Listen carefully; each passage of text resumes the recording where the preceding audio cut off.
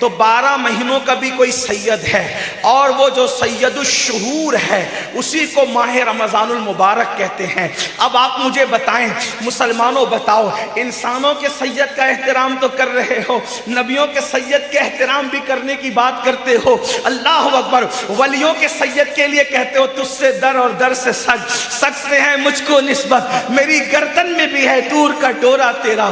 تو پھر کیا تکلیف ہے آپ کو سید الشہور سے کہ آپ سارے سیدوں کا احترام کر رہے ہیں، لیکن جو مہینوں کا سید ہے آپ اس کی تعظیم کی بات نہیں کرتے، آپ اس کے احترام کی بات نہیں کرتے؟ کہا نہیں مولانا، ہم تو اس کی بھی عزت کرتے ہیں۔ تو دیکھو جو انسانوں میں سید ہیں ان کی تعظیم کیا، اگر وہ آئیں تو کھڑے ہو جانا پڑے گا، یہی ہے نا ان کی تعظیم۔ اب ذرا بات سننا، اصل میں بات یہ ہے کہ میں آپ کے سامنے اس لہجے میں بات کرنا چاہتا ہوں جو آپ سمجھ سکتے ہیں، اور شاید آسان ہی کر رہا ہوں، توجہ فرمائے۔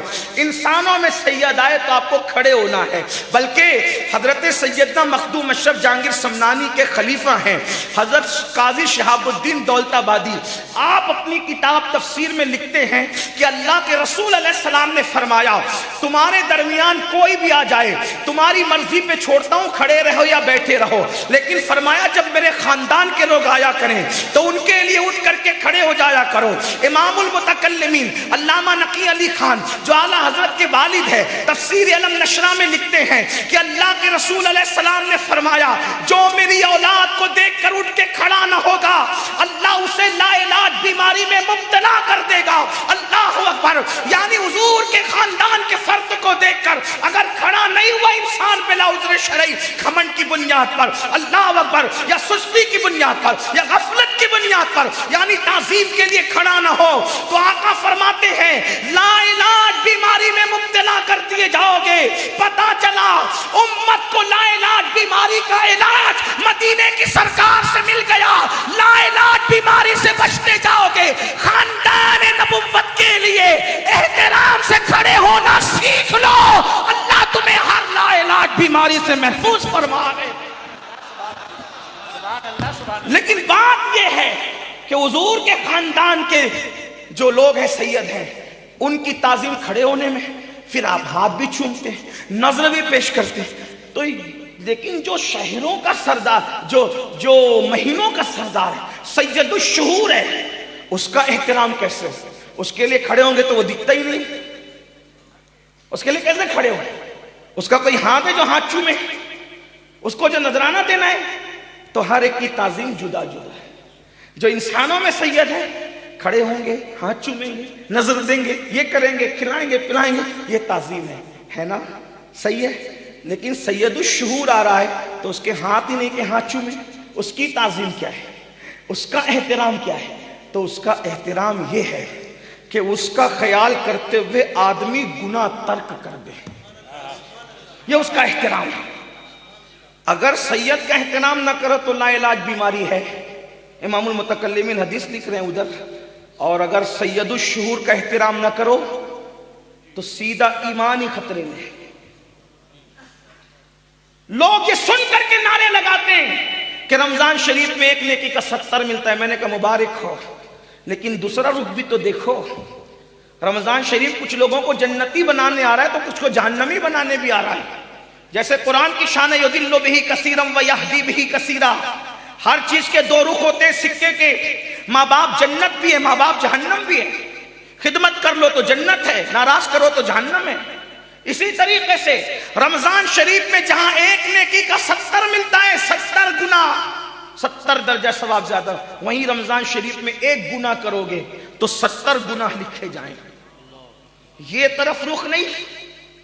اور دنوں کے اندر اگر کسی لڑکی کو پاپ کی نظر سے دیکھا تو ایک بار مجرم ہے، رمضان شریف میں دیکھا تو 70 بار مجرم ہے۔